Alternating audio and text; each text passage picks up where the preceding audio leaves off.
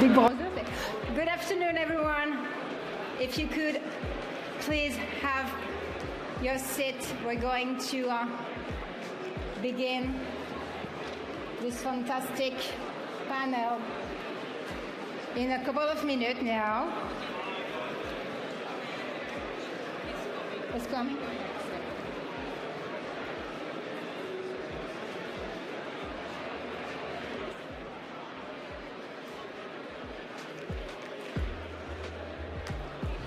For your information, I will proceed in French, so you can.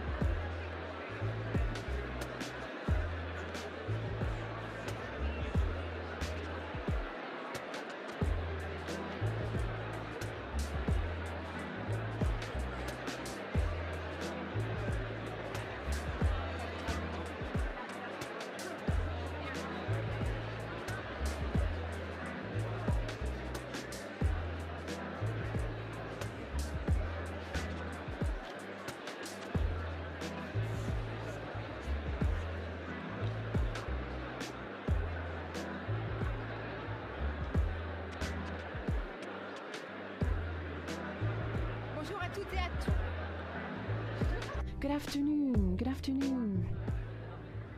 Bonjour à toutes et à tous. Good afternoon, everyone. Good afternoon. Thank you very much for coming here. It's great to see so many of you. I'm going to speak in French because we are united in diversity in this Parliament. And I'd just like to remind you of all that. So if you'd like interpretation, we have interpretation into German and English and French. And if you need the text transcription with the automatic service, it's available in 23 languages on the conference website. And I'd like to remind you that you can ask questions online using the app, whether you're here in the room or whether you're watching online. About 10 years ago, there were about 20 of us in a room. There weren't members of the Parliament. We had co-founded an institute and we were looking at the environmental transition issues, and we published and translated a book with people who are in the room: Bob Costanza, Ido Kopczowski, Tim Jackson, to mention them, Dominique Maida, and there was the donut from Kate Raworth, and we fell in love with it. There were 20 of us in a room discussing green growth versus degrowth. We were extremely proud because we had got people from the Ministry of the Economy, and we were trying to debate this. On the one side you had people who were telling us about the benefits of green growth, and then on the other side you had people who were explaining the benefits of degrowth. And it was like a tennis match, because you were listening one side and you thought, yes, okay, they were right. And then you listened to the other side and you said, yes, of course, they're right. And we couldn't agree. Well, why couldn't we agree? Because GDP and growth wasn't made to tell us anything about social issues and environmental issues. It wasn't created for that. It wasn't its job. So we decided that we would work on what would happen post-growth, what would happen if you looked at physical indicators. If you wanted to find out what was happening in the social fields as well, you needed social indicators. So it seemed obvious now, but it wasn't obvious 10 years ago.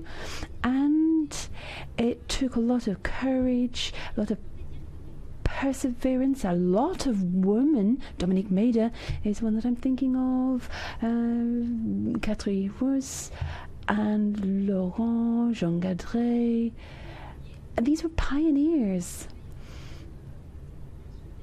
and they were more or less insulted by everyone on the left and on the right, because the production model at the time was one that was very well founded. So thanks to Philippe Lamberts, who really has been relentless on this topic. He's been working on it for years, and yes, you had organised conferences on this in the past, but it just feels so emotional to see so many people meeting here today to talk about post-growth, beyond growth. So well done. Thank you. And the European Parliament works a lot on technical matters, and there are periods for reflection, there are periods when they know where they want to go, and I think that this is essential. You've heard several speeches this morning. I wasn't in the Parliament, I was in negotiating meetings, but I think I was hearing people talk about the Rome Club. I think she was saying that she agreed with the conclusions. And it's great to hear someone say that they love something, but I want to see the proof. You need to see the proof of that love. We can see it here, and we've got reforms of budgetary rules, reform of the relaunch and recovery. No, we want to go towards a world of prosperity without growth, and this is what Tim Jackson was saying, and it is an honour and a pleasure to have so many outstanding people here today to talk about these issues. We've got Maros Šefčovič, who's the Vice President of the European Commission for Interinstitutional Relations, and I would like to thank him for his work and for being open to dialogue about these issues. We've got Kate Rutherford, who's a Senior Associate at the Change Institute at the Oxford University. Then we've got Romina Boarini, who's the Director of the OECD Wise Centre. The OECD has been working on this for a long time, and it has been headed by a woman, I believe. And we've got Florence Jany-Catrice, who is a professor at the University of Lille. She has also been working on the indicators. And then we have got Giorgos Kallis, who is a professor in the Autonomous University of Barcelona, who has been working on these issues for a very long time. And I will conclude here to be able to give you the floor, and I'll give the floor to Maros Šefčovič. Thank you for coming.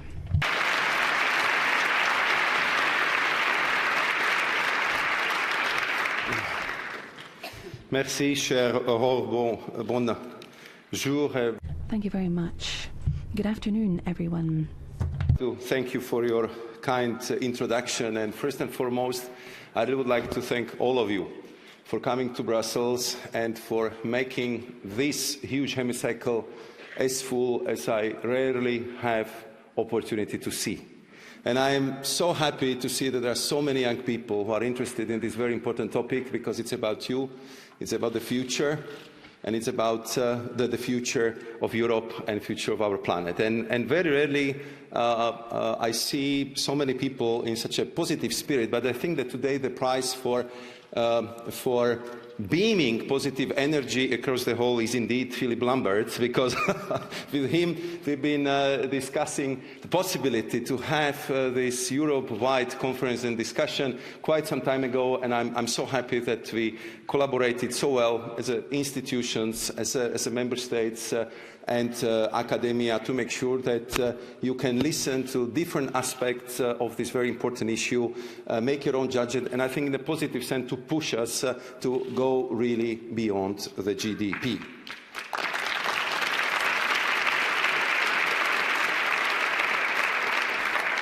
And therefore, I don't have to hide that it's indeed my pleasure to be here with you at this conference, because this is not the first one. And if you want to be honest, we have to say that we've been discussing this type of issues and challenges already quite some time ago. If you look at our archives, I can tell you that the European Union held its first high-level conference on this topic already back in 2007. And today, various initiatives such as United Nations Sustainable Development Goals aim to revitalize a global partnership for the sustainable development. But despite the general agreement that using gross domestic products by itself to measure the growth and progress of our society is indeed a limited approach, progress in integrating this idea into policy making has been slow. So growth, GDP growth remains still, because of all this, our main point of reference. But what would happen if we took into account other factors, like, for example, environmental sustainability? Would the world ranking change for, say, Saudi Arabia, whose GDP was the 18th highest in the world in 2022, but almost half of which was due to the oil extraction? And this is the question we started asking ourselves also in our community of strategic foresight experts who've been helping me to draft the strategic foresight reports, which was a novelty since the arrival of our new president at that time, Ursula von der Leyen, to whom you had, I'm sure, the pleasure to listen this morning. And when we've been looking at the future, it's really inevitable that India will surpass Europe in terms of nominal GDP by 2050. Shouldn't we have a more comprehensive look at how to measure the economic growth? And therefore, our first strategic foresight report called for the shift to the new economic model, which would be supported by an integrated approach to measuring also well-being beyond GDP. In other words, the question was, how can we turn sustainability and well-being into the recipe for Europe's open strategic autonomy, underpinned by our economic security and trade power. And I can also tell you that we are currently working to provide some answers to these very complex questions, and the answers will be presented in our strategic foresight report, which we are presenting for this year and which we plan to publish before the summer break. As we look to steer Europe through the twin green and digital transition in uncertain times, this subject is more important than ever, and our areas for action on this topic will help shape our policies today, but also very clearly in the coming years and coming decades. And therefore, I think we have to use our abilities, our new techniques of anticipatory governance, like strategic foresight, to make sure that we would present a shared and operational vision of how we can determine our progress as we look to build a socially and economically sustainable, competitive, but also resilient future for Europe. And what is very important to say is that we are not starting from the scratch. Already back in 2020, when we started with our strategic foresight analysis, we put forward and proposed to our policymakers and decision takers that the resilience should become a new strategic pillar for all EU policies on par with the twin and digital transition. And I believe that you would agree with me that especially lessons learned from the COVID crisis have proven us correct in that regard. We also proposed in that report a new tool, which I'm sure we'll be also discussing with the prominent panelists who kindly join me in the debate with you. And these are resilient dashboards. And I'm very glad that the professors who are behind me help us with their contributions to make sure that these resilient dashboards would not remain just subject of academic discussions, but that they will gradually become, from the concept stage, into the part of our ongoing reflection, how to go beyond GDP and how to do it in a holistic manner across the green, digital, socio-economic and geopolitical dimensions.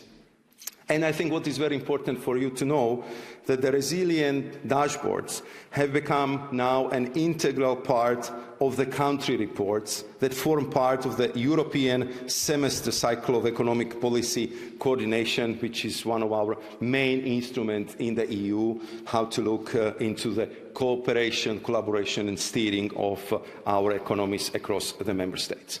And then I'm sure that our President Ursula von der Leyen touched upon the importance of recovery and resilience facility, which brought necessary financial support and is clearly designed not only to mitigate the economic impact of the pandemic on GDP, but also to boost Europe's resilience through reforms and investment.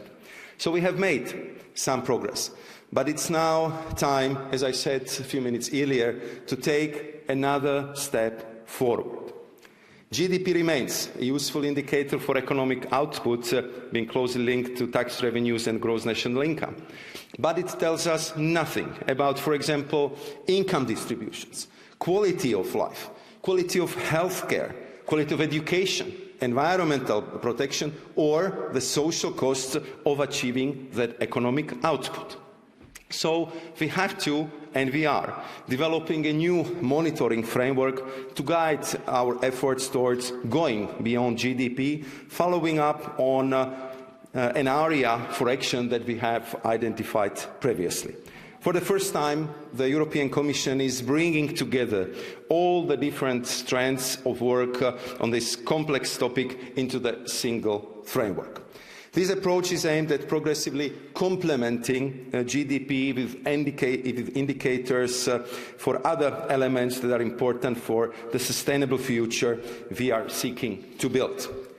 We can consider this a new metric of well-being, which will feed into EU policy making in the coming years and decades.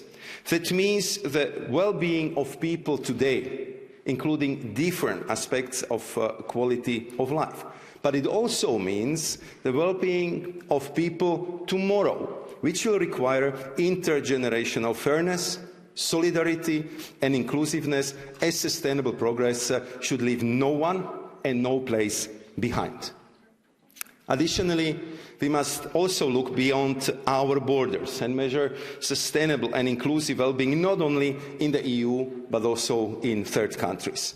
And we need to continue contributing to the wider discussion with the international community, especially with regards to the work being done on this subject by the OECD and the United Nations. Our 2023 Strategic Foresight Report will provide the first results from our internal foresight work on this very important reflection. So, ladies and gentlemen, dear participants, the debate around going beyond GDP must be an open one. So if we want to make a progress and we want it to bear fruit and have an impact on our policy making, there is a need for continued dialogue between all those involved, as it was when we've been preparing this conference. EU institutions, member states, civil society, NGOs, academias and business. And we need the best brains to contribute, so I'm happy so many of you are here, because we definitely can benefit from that.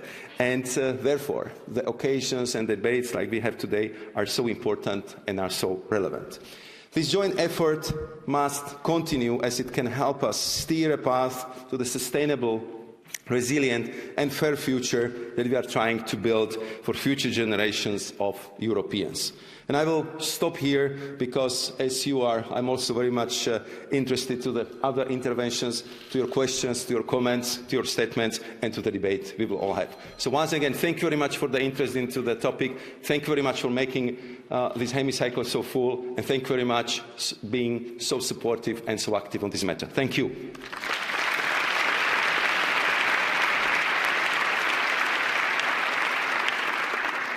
Merci, cher Vice President. Thank you very much, Vice President. I'll now give the floor to Jany-Catrice. She has come with some objects. Thank you very much. It's an honour to be here. What is the shape of progress?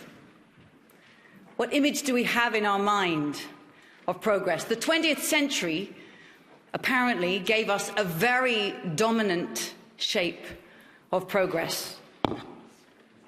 Like this. Ah, yeah.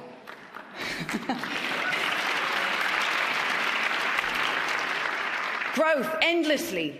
And as everybody knows, exponential growth, it doesn't just stop where this hosepipe stops. It goes through the ceiling. It was measured with one number. We called it GDP.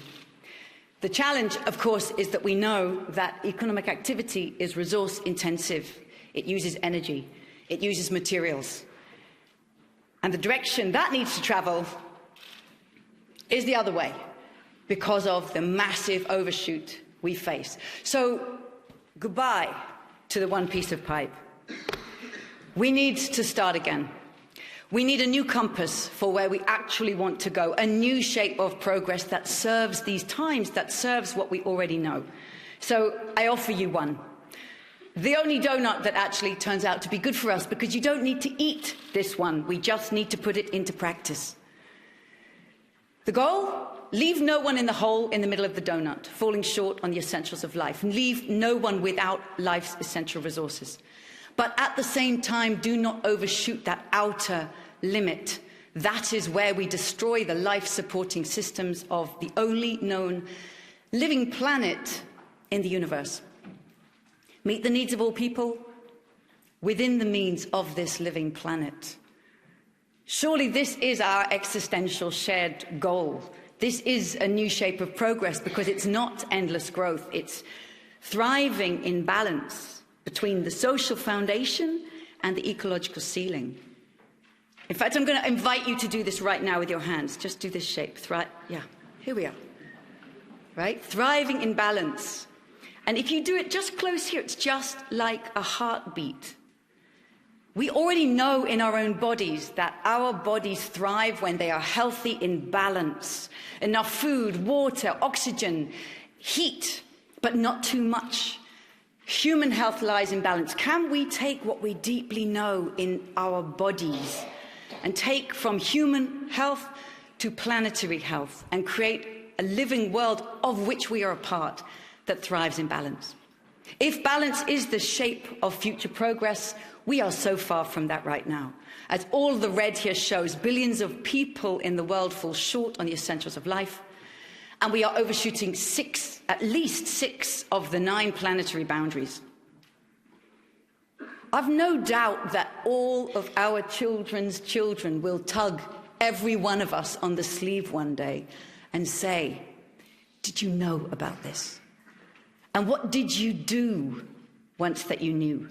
How did you transform your work in business, in government, in education, in community activism? How did you transform your lifestyle, your country, your company?" Surely this is the story to turn around, and we need metrics that tell us where to go, and then policies that actually take us there. From the global donut, we can go to national donuts. 4 very different countries. Malawi, human shortfall without overshooting their share of the planet. China, double whammy, human shortfall and ecological overshoot. Let's go to the US at the end. Massive ecological overshoot, drawing so much of Earth's resources into the United States. And Europe there, the European nations. Certainly human shortfall and ecological overshoot together. This is the story to turn around. How can this start to happen? What if every nation in Europe, indeed in the world, started to say, this is our goal now? How do we unroll this donut? Let's open it up and go inside between the social foundation and the ecological ceiling. I invite everyone, imagine a place you live and love and ask of it this question: how can our nation become a home to thriving people in a thriving place while respecting the well-being of all people and the health of the whole planet? This is what the shape of progress becomes. In fact, we have 4 questions to ask here. There's local aspirations. How can everybody here thrive? With food, health, education, housing, transport, respect, income, a life of dignity for all here.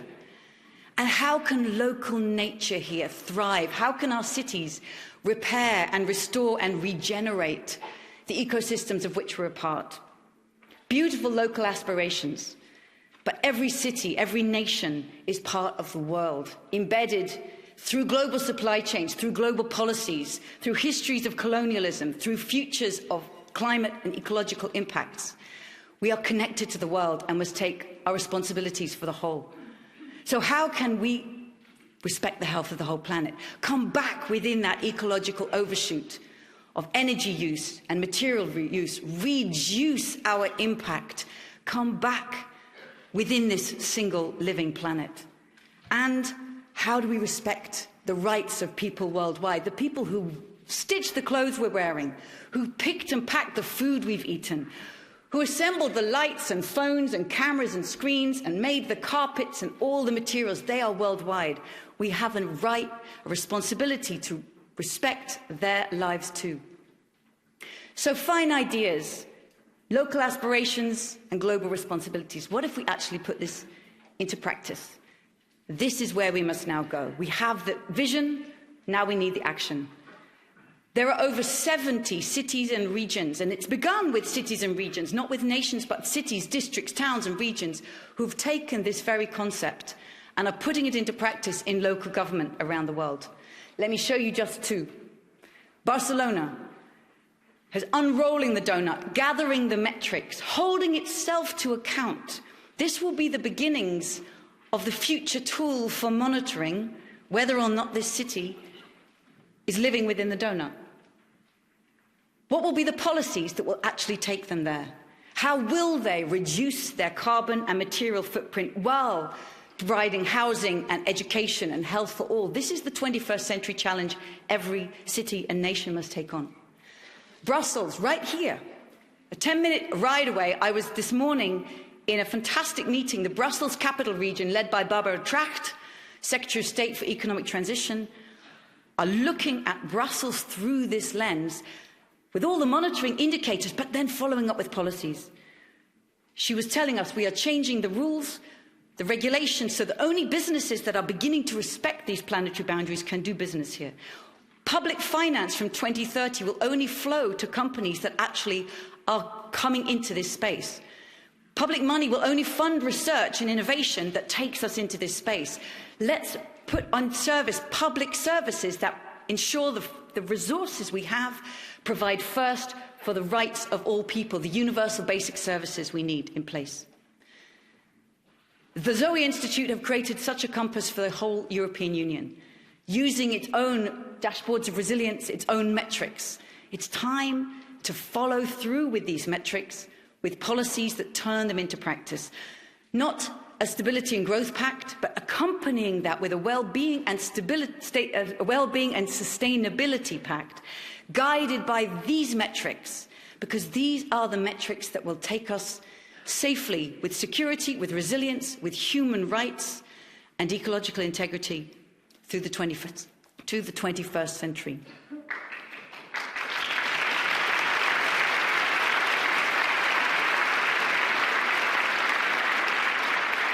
What thrills me is to work with policymakers who are already doing this, who get in touch and say, we're in action. This is where leadership is, along with the youth. The policymakers who say, we're on it, we're doing it in these cities. And we've just published a report which is showing how these 70 places are starting to put this into practice. Let's make this practice everywhere. Let's build on the peer leadership of those who are already in action, showing that what some think is impossible is already beginning to happen. Are they as far as they need to be? No way. No way. This is a challenge to begin in a city that's embedded in a nation, embedded in a region, embedded in a global system that is pushing back with power against these changes. And yet we start, and yet we rise. So it is time to put these ideas into practice, to take all the indicators we have and follow through with policies that actually begin to deliver this new shape of progress that is thriving. Thank you very much.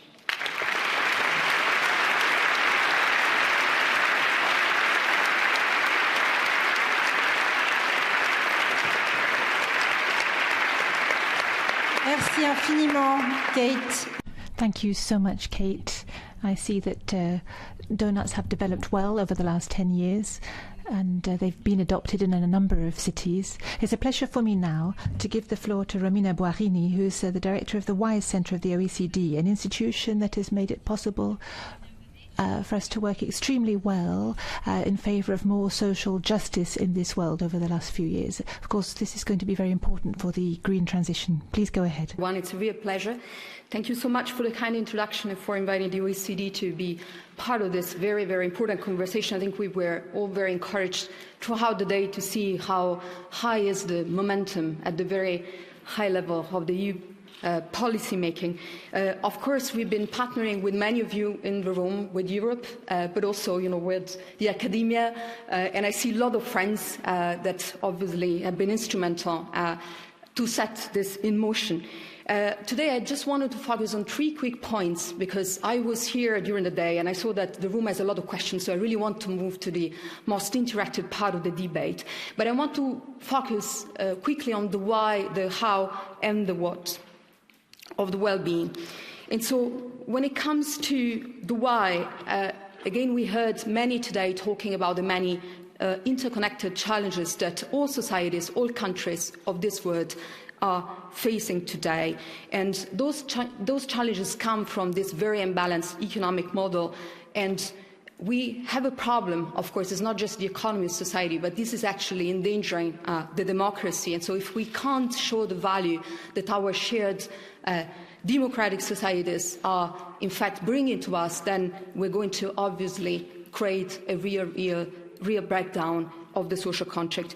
So all the recent crises have shown this, that in absence of very, very immediate systemic changes, we are going to have a further increase of inequalities.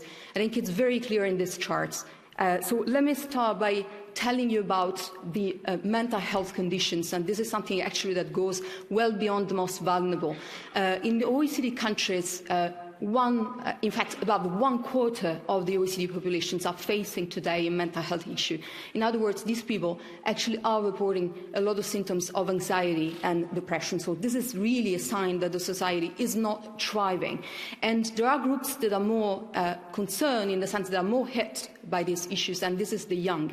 40% of the young people in these OECD countries for which we have done the study actually are coming up with this high level of mental distress. Cost of the living crisis. If I tell you about the inflation rate in Europe in February was 13%, and that was ranging from 5% in Luxembourg to 28% in Hungary. But actually, this is just the average inflation rate. When you're looking at the cost of living crisis and who is paying the price for that, it's once again the most vulnerable, the low-income people, the ones that live in the rural areas, but also the young and the elderly.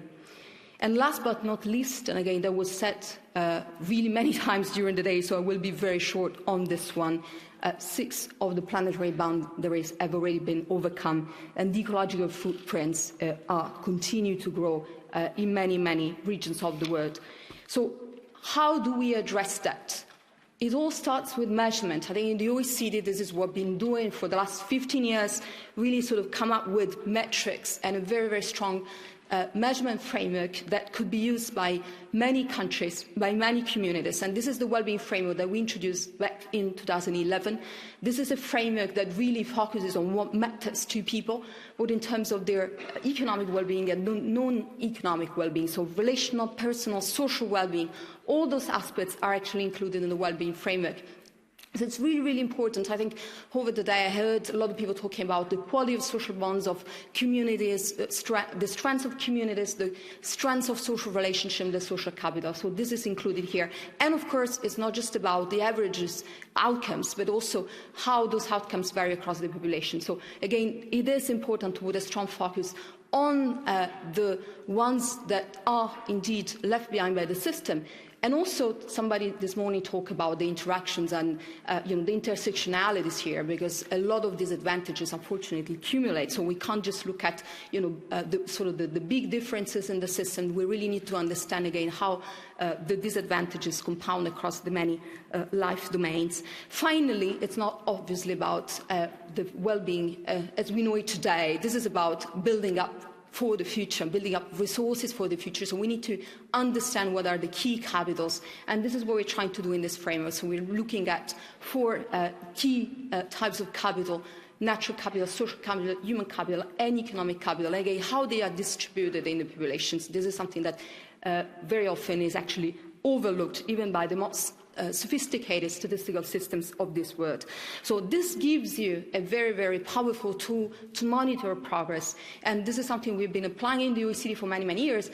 But the most interesting piece of information I may share with you today is the fact that today 70% of the OECD countries, meaning 30 countries, the most rich countries of this world, in fact, have introduced their own well-being frameworks, which is really, really important, because obviously we need to have strong buy-in and ownership by each jurisdiction. But those frameworks are modelled around, I would say, the broad lines of the OECD framework. And that is important as well, because we also need to have some national consistencies. So now I want to go to the perhaps most challenging part of this discussion, which is the issues of what we do, what type of policies. As we start this discussion, and many of you are very, I would say, old on this, but many are very new.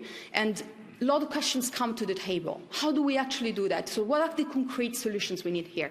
So we've been kind of trying to sort of articulate this in the OECD for a while. And what we're trying to offer today is the idea that we need to come with solutions that are triple wins, meaning that solutions that are good for the thriving, so for making societies and economies thriving today. It's good from the perspective of reducing inequalities, and is also good from a sustainability perspective. So we're trying to say, let's think of the challenges. So every policymaker, think about the challenges you're facing and try to devise solutions that answer to all these questions at the same time. Now, of course, sometimes it doesn't work, but actually, in other cases, it does work. So I want to give you some illustrations of the policies that we consider triple wins. First of all, let me start by jobs creation. We need, of course, jobs. It means we want, obviously, in this very, very particular context today, the post-pandemic recovery. We want to make sure this recovery is job-rich, but is, not every type of jobs. We need to have high-quality jobs. That means jobs with high security, high stability, equitable earnings, and I think today there were people talking about living wages, minimum wages. Europe have done a lot in this respect, but more needs to happen. But also jobs that actually come with a lot of resources for the well-being of workers in the workplace. Another example, another illustration, in the wake-up of the mental health crisis that we have observed during the pandemic is everything that governments can do to promote and prevent mental health illnesses. And I think one of the problems with policy making in general is that, we want to go with quick fix. So if there is a problem, we just want to act. And that is good, I think, on the one hand. But on the other hand, the problem is we take solutions that sometimes are very narrow, very short-sighted. The problem with mental health is that there are so many factors, actually, that are driving the mental distress that we're seeing today in OECD societies. And therefore, it takes a whole of the government, a whole of society approach. We need programs really that comes in many different policy areas. It's not just what the healthcare sector can do.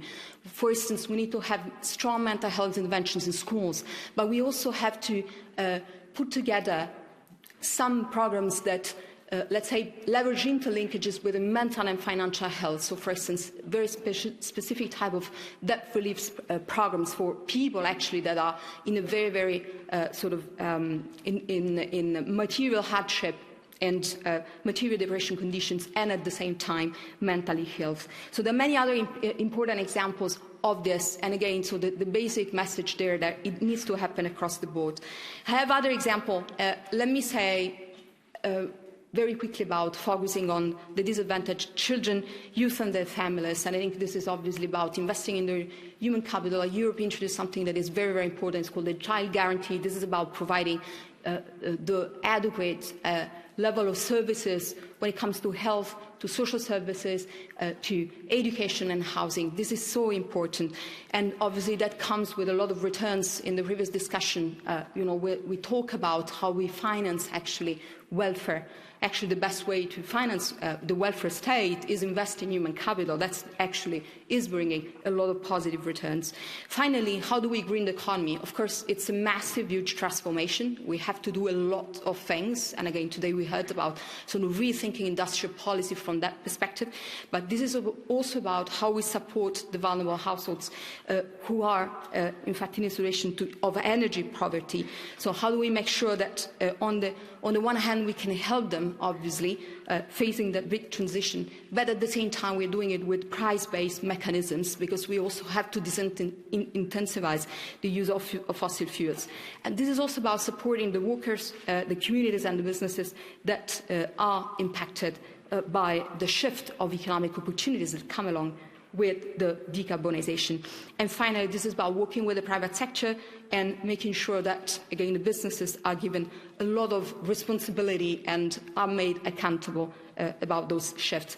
The final word I want to say is about, these are example of policies, but actually here we're talking, as I said, the big system change, and that only comes through a big interventions in terms of governance. And I think this is really what we would like to see from Europe going forward, having that leadership in terms of, designing the whole governance systems. I think Aurore was sharing some of the, obviously, places, probably the key levers, the key governance programs in Europe, but there are many more. And this is about really engineering the system, having a broad overview of how the different policy interventions that Europe is introducing, but also Europe is coordinating with the rest of the world, how those impact the well-being of people. Thank you so much.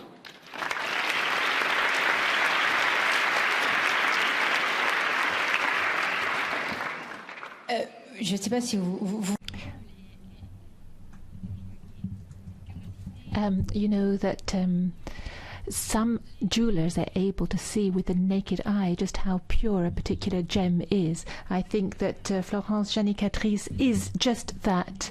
She has the perfect eye to immediately identify indicators that may or may not be problematic. She is one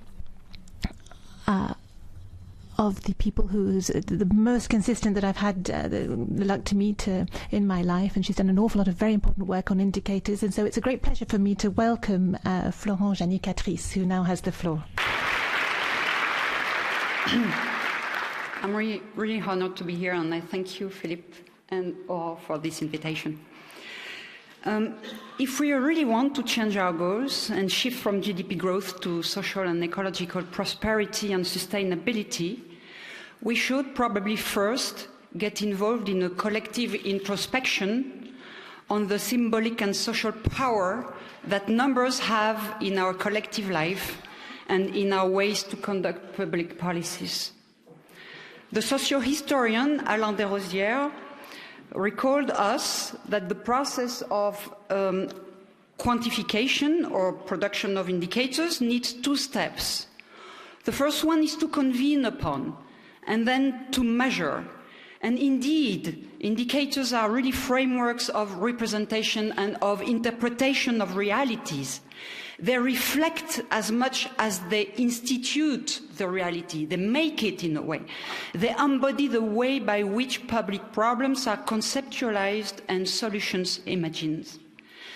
Getting new indicators to go beyond growth, which is definitely not sufficient but necessary, requires upstream to agree on what ought to be measured downstream.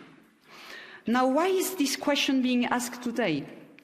We were very few, as Aurore mentioned earlier, at the end of the 90s to insist on the fact that the major macroeconomic indicators were really misleading. GDP and growth, inflation and employment, even major elements of the magical square. Misleading because growth has been imagined after World War II to follow a specific political project to track the expansion of material activity and the expansion of the market. This had been discussed by pioneers in France, in particular around the work of Dominique Méda, What is Wealth, in 1999, on the one hand, and Jean Gadret on the other, and also by pioneers in Belgium with Isabelle Cassius, just to name a few. They and I gathered with members of the civil society in the Forum for Other Indicators of Wealth, with the idea of stimulating reflection in France, and then later to influence the work of the Stiglitz Commission. We advocated that the Commission should be open to debate with civil society, but on this specific point we failed. It is true, though, that since the Stiglitz Commission in 2009 and their report on the measurement of economic performance and social progress, things have drastically changed. We really have entered a new regime of knowledge, where discussing these issues to go beyond growth is now regarded, as we experience it today, as both academically and politically relevant. Whereas 20 years ago, we were regarded either as dangerous radicals or sweet dreamers. There is a strong legitimacy in renewing the questions of beyond GDP and growth, and I guess a true willingness to implement new tools for knowledge and for governmentality. Should we all agree on the fact that changing the goal is an emergency, we should shift from GDP growth to social and ecological prosperity. But the question is how to do it. For instance, Amartya Sen said to the media right after the Commission's work in 2009 that we should organize discussions about the future we want. Okay, but a discussion with whom and by who? There is concretely a wide range of legitimation processes to decide what counts and who counts what counts. On the one hand, here on your left, one of the legitimation process comes from the world of expertise. And the experts are to a certain respect useful, obviously. But they are equipped with their semantic fields, their own tools and representations, their values regarding to what is good and what is desirable, and their theoretical frameworks. But not only do these theoretical frameworks embark with them their values, but they also face difficulties to adopt new languages. And they take into account the social and ecological challenges. And this is especially true when using the monetary language, which embark with it the implicit idea of weak sustainability and the mythic possibility of decoupling economic growth from our anthropogenic footprint.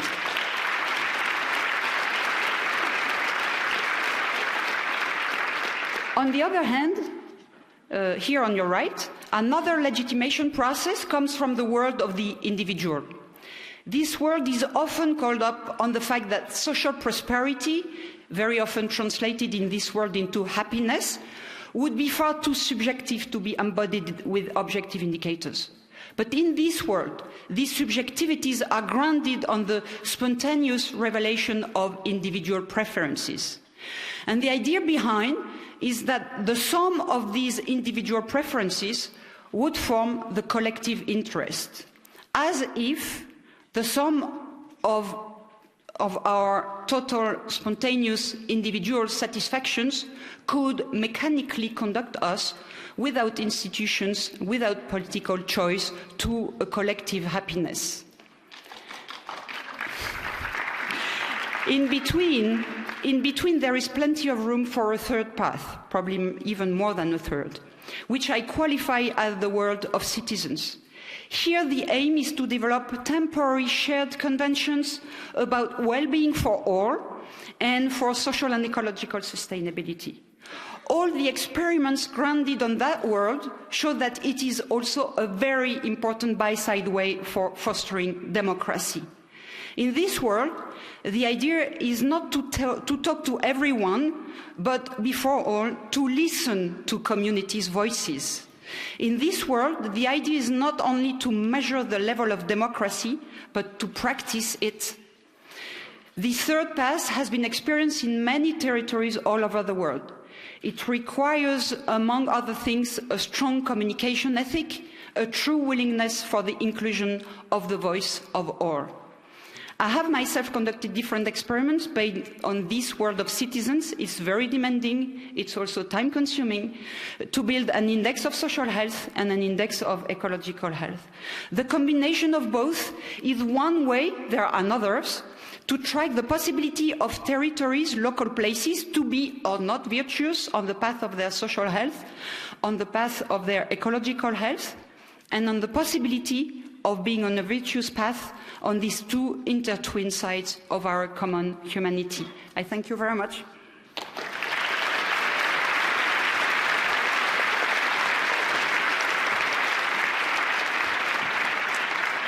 Merci, chère Florence. Thank you very much, Florence. And now it's a great pleasure to hear from Giorgos Kallis, who has the characteristic of always inspiring us in his papers, whether it goes against the grain or not, whether we agree or not, but it's always a source of inspiration. Thank you very much. I want to thank Philippe Lamberts and the 20 MEPs who organized this amazing event. Can't imagine how much work it must have taken. And I also want to thank the assistants to the MEPs, that they are the ones who are doing an amazing footwork. I know it because it was my first job, actually, when I was 23 years old. I was assistant in the research office of the parliament. This building was being built at the time, so it's quite a few years.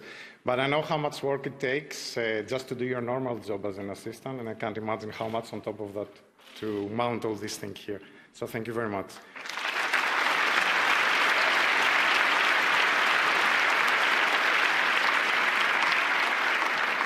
So I want to change a little bit the page compared to the previous presentation and argue that redefining prosperity is not just about changing the indicators and the data we use to measure it, crucial as this is. And it's very crucial, I'm not denying that.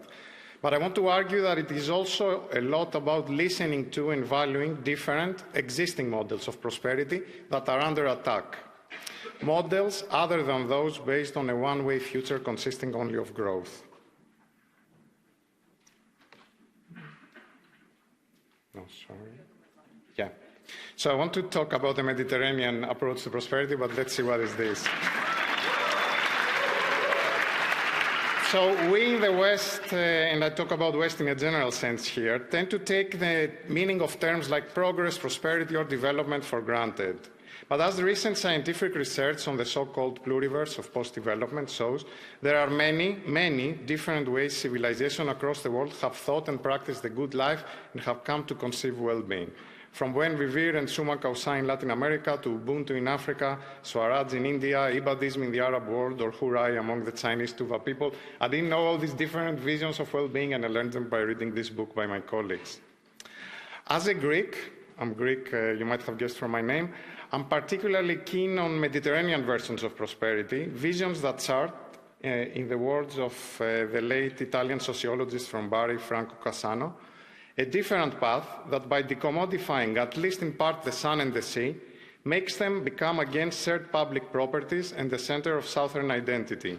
A path that removes the negative sign from all statistics of the South because it stops comparing with that which is other than itself. All this might sound a little bit poetic and rhetorical. Is there empirical evidence on the ground, however, of such an alternative Mediterranean or Southern path and how it works? Studying Mediterranean models of prosperity brought me 8 years ago now to the island of Ikaria in Greece. This is the island apparently where people forget to die, according to the most downloaded and popular article in the New York Times magazine in 2012.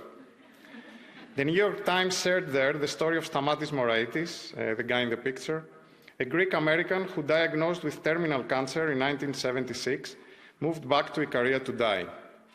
46 years later, 102 years old, Moraitis was still alive and cancer-free. So don't rush to go to Ikaria, but it's true, it's a true story. The article, written by Dan Boetner, a National Geographic Fellow, shows how the mystery of exceptionally long lives in islands like Ikaria or Sardinia in Italy or Okinawa in Japan, what is called the blue zones, is not explained just by a single factor, but by a combination of several things. Healthy, lean, mostly vegetarian diets, homegrown food, not so rigid work schedules, important for all of us here to remember, lots of walking, lots of talking, and lots of socializing, as for example in Ikaria's notorious summer festivals. They are the other picture, obviously, and they do indeed go like that around until you're dizzy. The article confirms, in line with the latest scientific research by psychologists, and this is a study that came out this year by Harvard University, psychologists at Harvard University, that published the study of adult development, which is an 85 years long study of following people and looking at what determines their well-being over time. That what makes people happy is not money, is not class, but it's social relations, it's social bonds, it's family, community, and friends. In academic jargon, we use the not-so-perfect term degrowth to signify this model of prosperity, which is based on simplicity, relating and sharing, instead of having, accumulating and consuming. When I was presenting degrowth in a public event in Ikaria, when I was doing my research there, a local interrupted me protesting. But this is how we have been living for ages. What are you presenting to us here, you know? And she was right. As we documented with our subsequent research with my co-authors in this paper, the island indeed sustains a low pace and low impact mode of living based on diverse economies and persevering communal institutions. I'm often told by critics of degrowth that people want more, you know, more money, more stuff, more everything. How are we going to convince the people? It's the standard argument, no? But that's not what I observed in Ikaria. And that's not what I see even in the New Yorkers who burn a fortune to fly all the way to Ikaria to get just a few days taste of the good life. People will never buy into degrowth, I hear. Well, they are already doing it, and they are paying a lot, actually. I don't mean to idealize life in Ikaria. And that has always to be the caution reminder here when we look for models that can inspire us. The locals I interviewed there talk not only of the good life, but also of the hard life. How austerity cuts at the time, and continued since then, were leaving them without hospital and schools. How cheap imports were killing local farms and orchards, leaving few economic alternatives other than the vulgar type of tourism and real estate development that one starts finding in islands nearby, next to Ikaria, like Mykonos.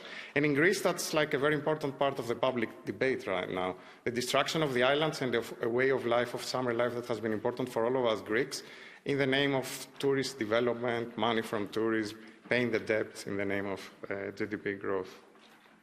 My point here, of course, is not that all of Europe should become like Icaria or Icarias, but that as a minimum, Icarias, places like Icarias, should be allowed to stay the way they are. The thesis I support here is not moral, but is based on evidence. There are, and there have always been, other models of being and relating, well-functioning models of prospering with little. We don't need to reinvent anything. We don't need to reinvent models of prosperity. We just have to look around at what already exists and which is being demolished as we speak. These models are not in the south in a sense of a geographical south. These models of prosperity, I imagine, and I'm sure that they are, in the French or German countryside, the Alps, Scandinavia, the Balkan mountains, or the Hungarian plains that I haven't visited, but I'm sure they exist there too. The problem is that unless we talk about them and we learn to see them, these different ways of prospering, we will never study them, we will never understand them, we will never value them, and our statistics will keep missing them. So some questions to finish. What would a new model of EU convergence look like? One in which not only the South has to become more like the North, in a context of stability and growth and convergence, but also the North more like the South.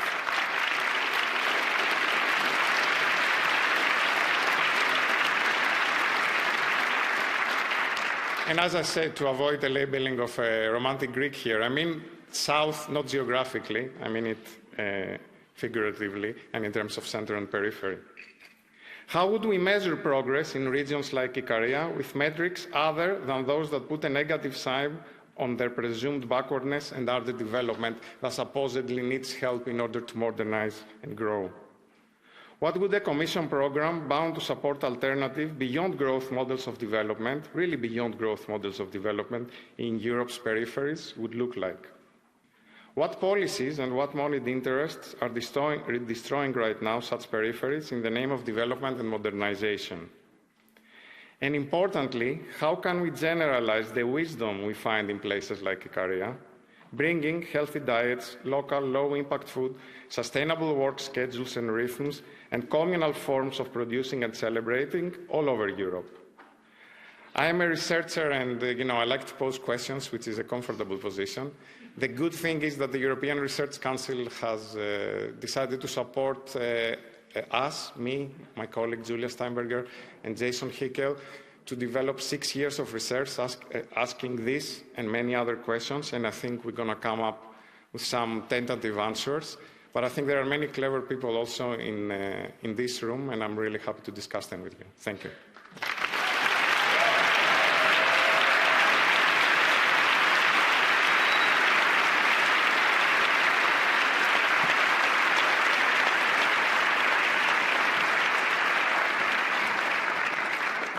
Merci. On va passer.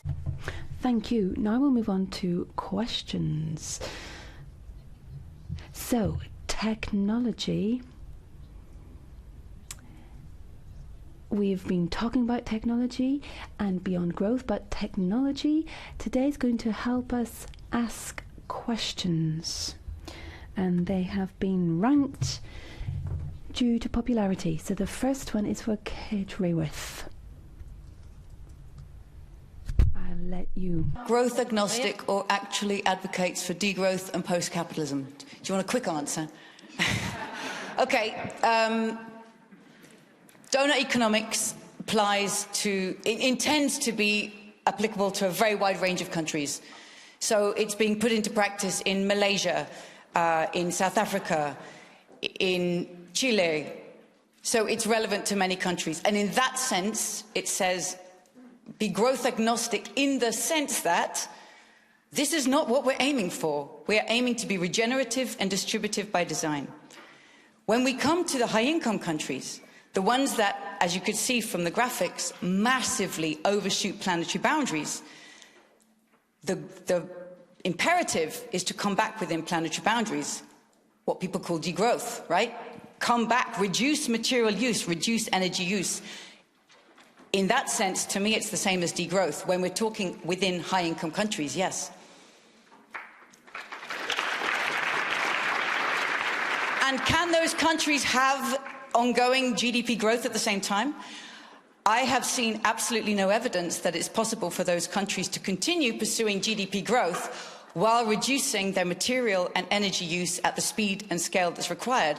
Even the richest country, even the best performing countries are only reducing their carbon emissions maybe 1 or 2% per year.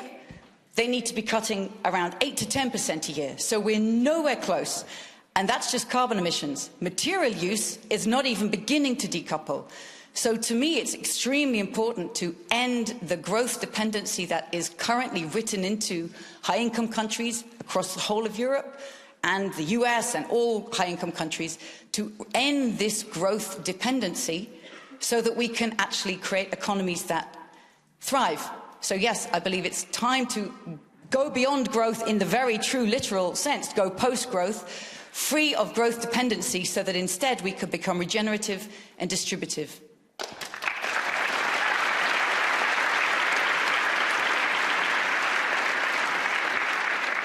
Je vais vous poser à... So I'm going to run through you in the order that you spoke, and I'm going to ask you those 3 questions, and I'd like to ask you to answer them together. So what can we do at our level to try to move towards degrowth? Is post-growth just a politically correct version here? And then what is missing? That's what we talked about earlier, and it's very, very important. And I'd just like to do some advertising here. I think that we're missing some of the financing resources, but I'd like to advertise a session on Wednesday morning on that. You're all invited, and I'll give the floor to the Vice President.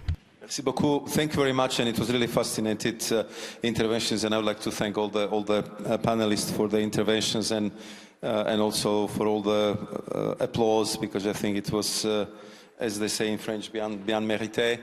And I think it was just highlighting how the post by audience. I mean, coming closer to the question, I think that. Here, I would like to avoid, because I'm not an academician, the academic discussion between degrowth, post-growth, or I would say this type of definitions. I think what is very important for the people in the European Union is that they can look into the future and make sure that we can set the standards and the path forward. We should be built on sustainability, and we should be built on sustainable economic prosperity, and we should be done in a way that we would protect the unique social model of Europe. So therefore, I think we didn't discuss that much today, but I can tell you that in the European Commission we are discussing on extremely frequent basis how to make sure that Europe will remain competitive in this extremely sharp-elbowed world.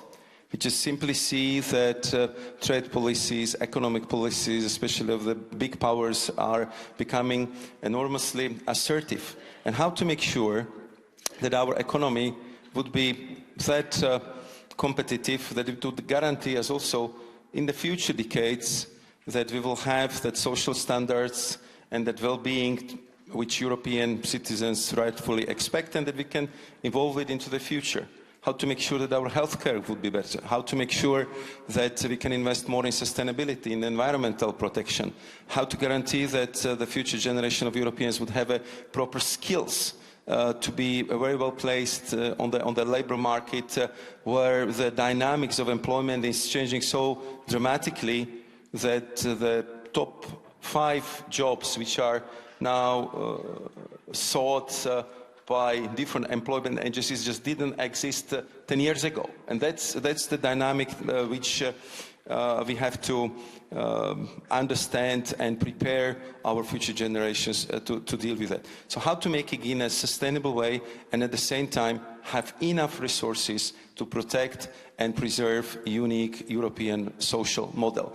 And I think that we have to do it in a way that Europe will always remind or stay among the top 3 economic powers of this planet. Because I sincerely believe that Europe is for good, that Europe is projecting positive power across the world, that there is no other continent which is more serious about sustainability, about environmental protection. There is no other economy which is thinking so much about social standards, social well-being, and I think this conference is a clear demonstration of that.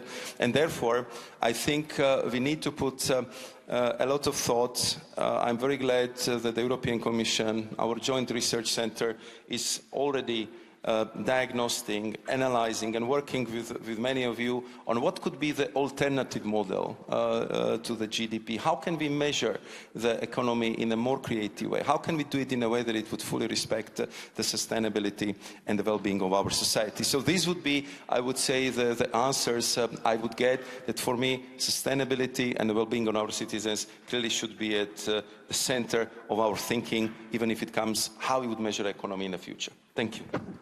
Merci, Mr. Šefčovič. Romina?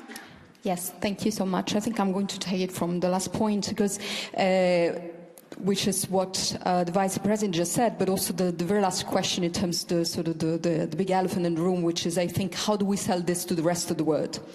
And I think I see there is a lot of convergence in this room for sure, but let's say in Europe around this question. As you go to other countries, unfortunately, the narrative is not so coherent with that. And so the problem is that, you know, Europe has a very interesting welfare state model and social model.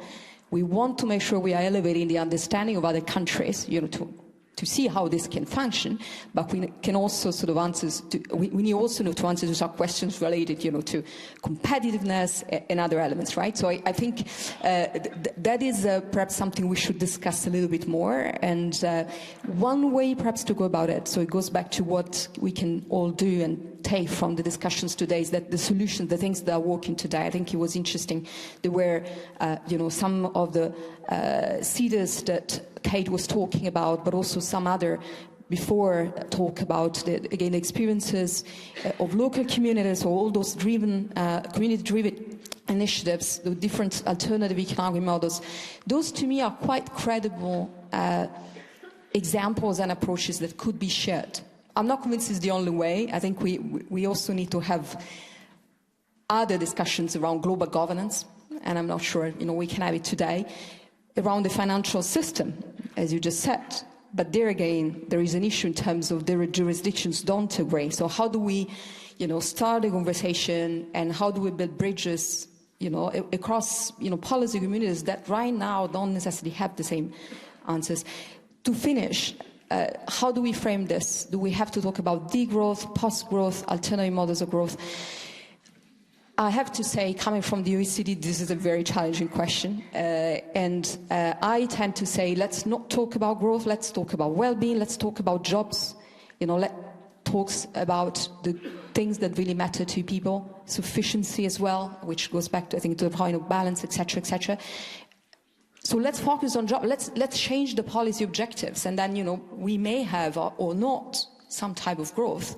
So I think it's much more about the economy, also having a conversations in terms of the economy, how that serves people's well-being. So I would frame it in that way, but not, I think, enter the issue of growth in a very, very strict way, because it wasn't helpful in the past, I think.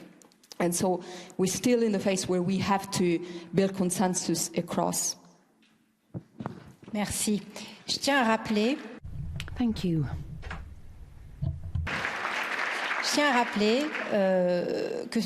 I'd just like to say that the Vice President, and you're representing an institution. I'd just like to mention this again. It's an honor to have people here who represent important institutions who are the result of a compromise itself. Just to give you a context here, and so it's not just someone who is speaking freely as a researcher or an activist. Florence Jany-Catrice, looking at these questions, what can we do practically? Is post-growth just a bit like the greenwashing for growth? And then what is missing from the debate today? Concerning the elephant in the room, I would really advocate for a pluralization of the economic thought. I really think that the resistance toward new paradigm is really linked to the locking of the economic thought in the academia. And obviously,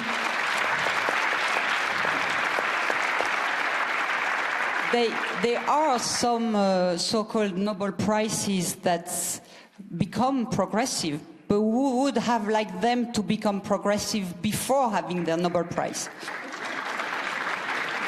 My second point concern, but this has already been very well expressed in the former panel. Who owns the economy? Can we go beyond growth without going beyond infinite profitability? And this is really something we have to tackle seriously. I mean, it's also a question of can we have degrowth in capitalism and within capitalism borders. The third thing I wanted to say is, and I will stuck to this, I really don't think that post-growth is a weak concept. I think it's really a way to master collectively our future and to give leeway to imagination to the people who, for the moment, have no voice. Thank you.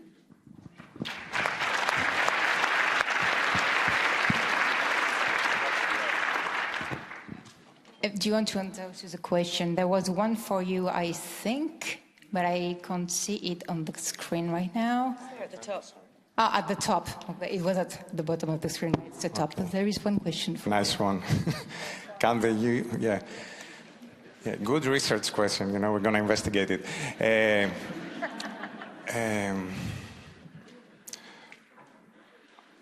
I think forces that they are against what we call degrowth or even beyond growth are the dominant ones, or if you want to say the elephant in the rooms, in the EU and in all countries right now. So it's not that there is something specific happening in the EU that's in an EU country that's different, that it's happening from another country or that's happening in the US, etc. No?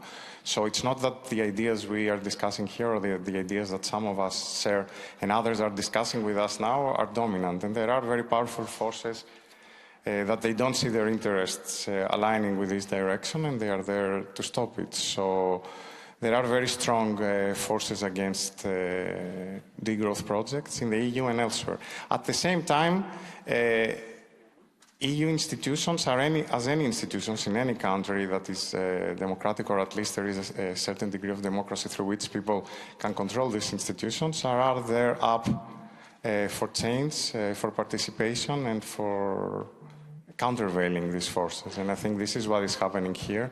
This is what people like Philippe Lamberts and others have been doing and have been working hard for years to open up these spaces so that there is space for ideas like ours to countervail these forces. So yes on the one hand and no on the other, and good research question at the end. Thank you. Before I open the Q&A session with the room, there is a question from Chloe that is quite interesting, I think. So happy to see Young here, but isn't it also a proof of failure? Where are the people in power? Why are they not here? Who wants to answer this question? This is a good question, right? So, who wants to answer to Chloe? Because this is a good question. We all agree. Philippe, you want to answer? I really want to answer this one because 5 years ago, as I said this morning, there was one commissioner there, Margrethe Vestager, and she did it without permission of Jean-Claude Juncker. And I can say that compared to 5 years ago, I mean, you are the President of the European Commission, no less. And of course, you have only 20 MEPs from 5 political groups. Yes, but 5 years ago it was 7. And so, yeah, we are not where we need to be. But I mean, the fact that we are debating this for 3 days within the one of the core institutions in Brussels with participation of some of the people in power is already, in my view, a sign of hope. But I agree. I mean, if you look at the 27 heads of states and government, the council members, well, I think none of them is really a champion, with maybe one exception, as I said earlier today. Yes, there's still a lot of work to be done, and indeed, as Giorgos was saying, there's people in power who benefit from the system. So, yes, they are part of the resistance, but that doesn't mean we are not making progress. You might say not fast enough, sure, but I would say it's going in the right direction. And I think that none of us can imagine what kind of impact this kind of event may have on policy making in Europe, because yes, Maros is speaking for the Commission, but I also know what conversations we have in private within the European Commission, and frankly, we are really booking progress. So I understand the frustration, but things are moving.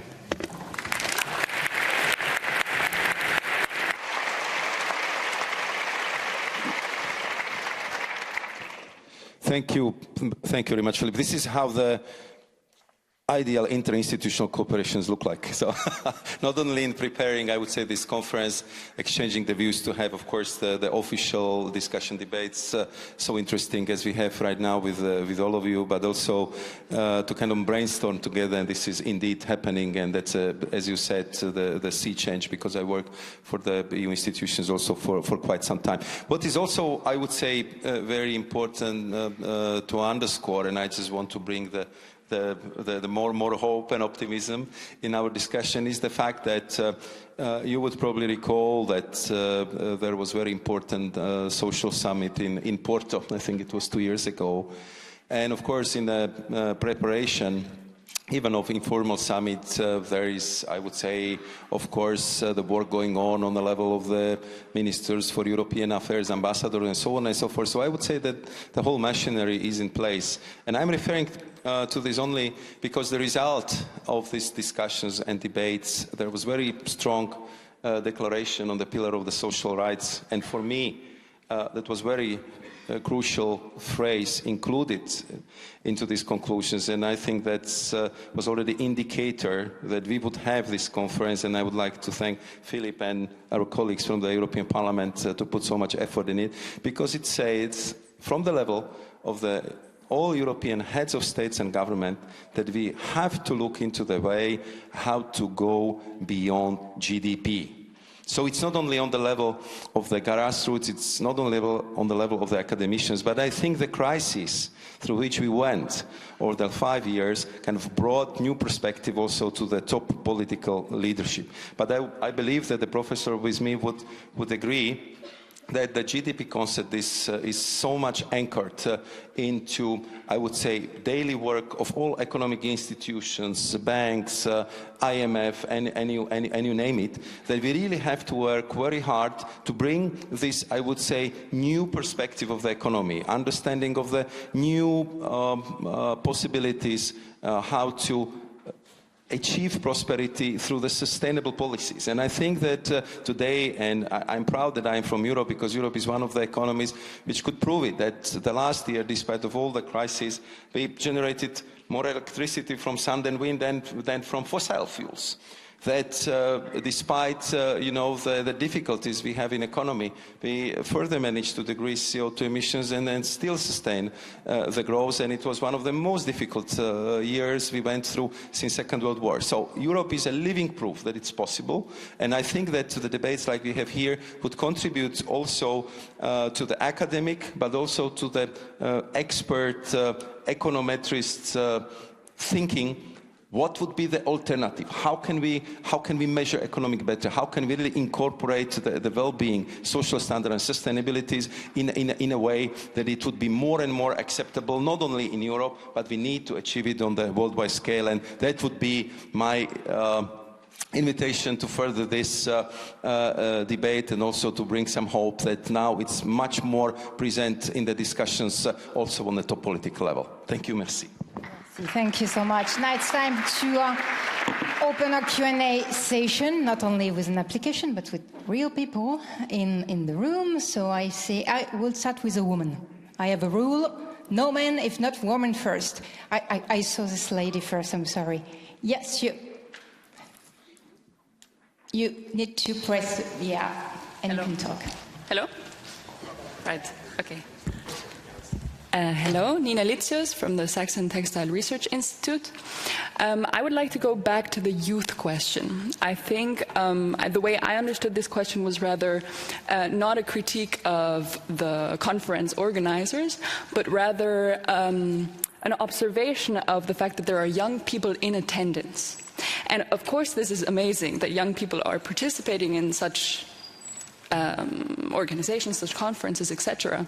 But I think the other question is kind of, okay, how do we get everyone in between, everyone older than me, older than us, who has spent 30, 40 years, in this system, to engage with the degrowth idea, right? How do we organize this transition? How do we get people interested? Thank you. Very good question. Thank you so much. And then I saw you first. So please ask your question, and then we will answer the question. Thank you. I'm Teemu Koskimäki from the University of Eastern Finland. Thank you for the fantastic discussion. And we've been talking about kind of redefining prosperity from the point of view of nations with new indicators, and then from the point of view of communities, looking at different ways of living. And I was wondering if the concept of sufficiency could be used to kind of redefine and apply it in the context of businesses to look at what a kind of prosperous and meaningful existence would be for them.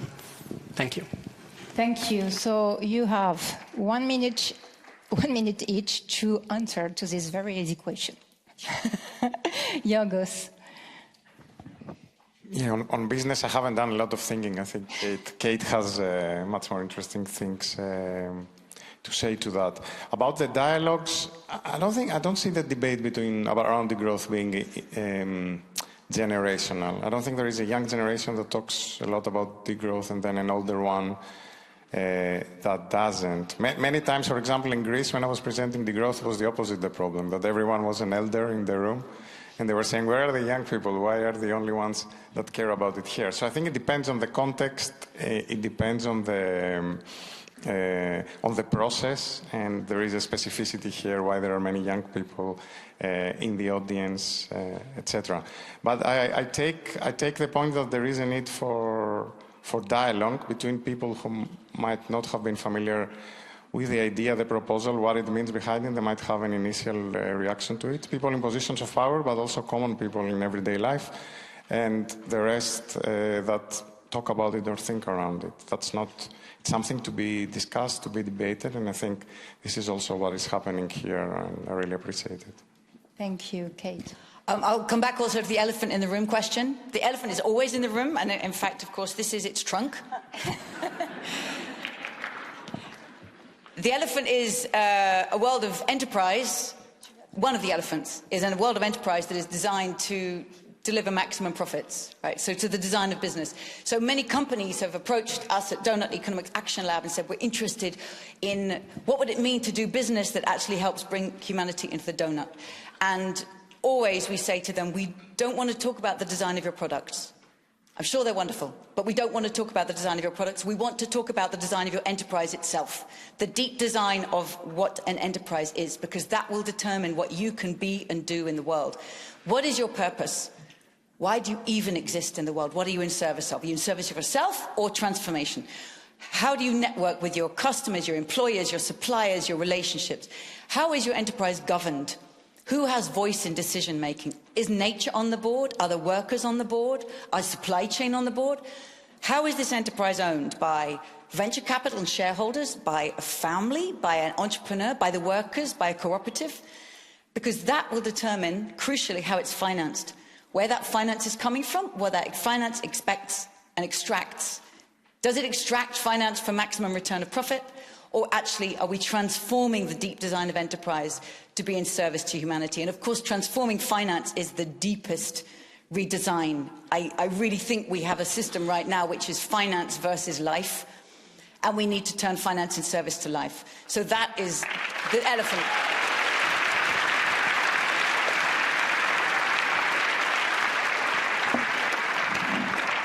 So let me first answer Chloe's question concerning the power. I really acknowledge that I have no power, although maybe my children would disagree. But we may someday have the power of the number. I mean, if we convince more and more people, we may have the power of the number before the elite just get into this paradigm. And the second thing I wanted to say, I agree with Giorgos.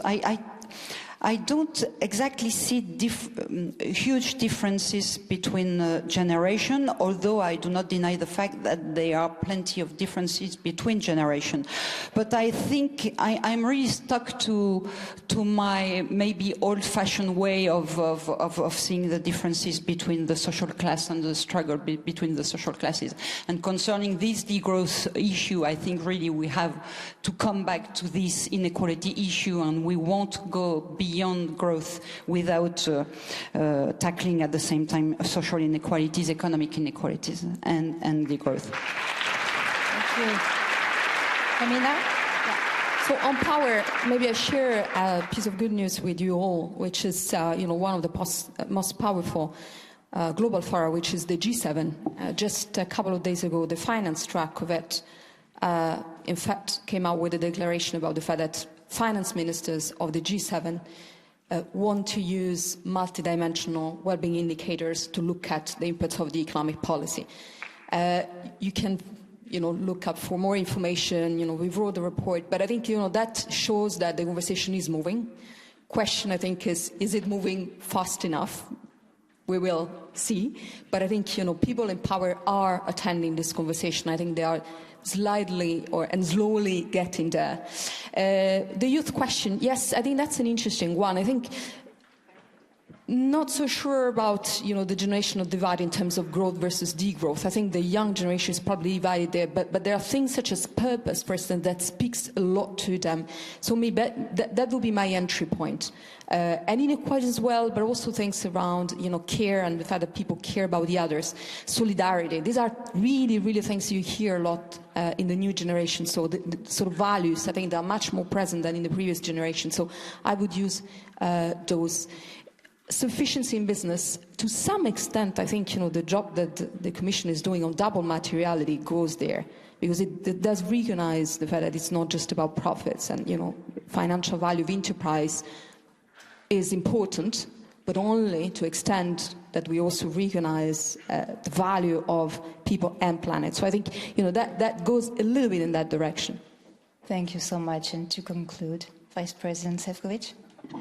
Thank you very much. Just two quick thoughts to conclude. I think because the question of the young generation also phrased in a way that young generation is naturally interested, that you are so active. We see you at demonstration, we see you at volunteering, we see you in all the discussions to push the sustainability, green policies, and well-being and welfare of your co-fellow citizens, but also of the planet as a top priority. And I think this is more present in Europe than anywhere else, and therefore when we are discussing on the international level the green policies, I always say that our major, in positive sense, luxury in Europe is that we have strong public opinion support for the green goals and for the green policies in Europe. And I would really like to thank young people for that, because we owe you that support.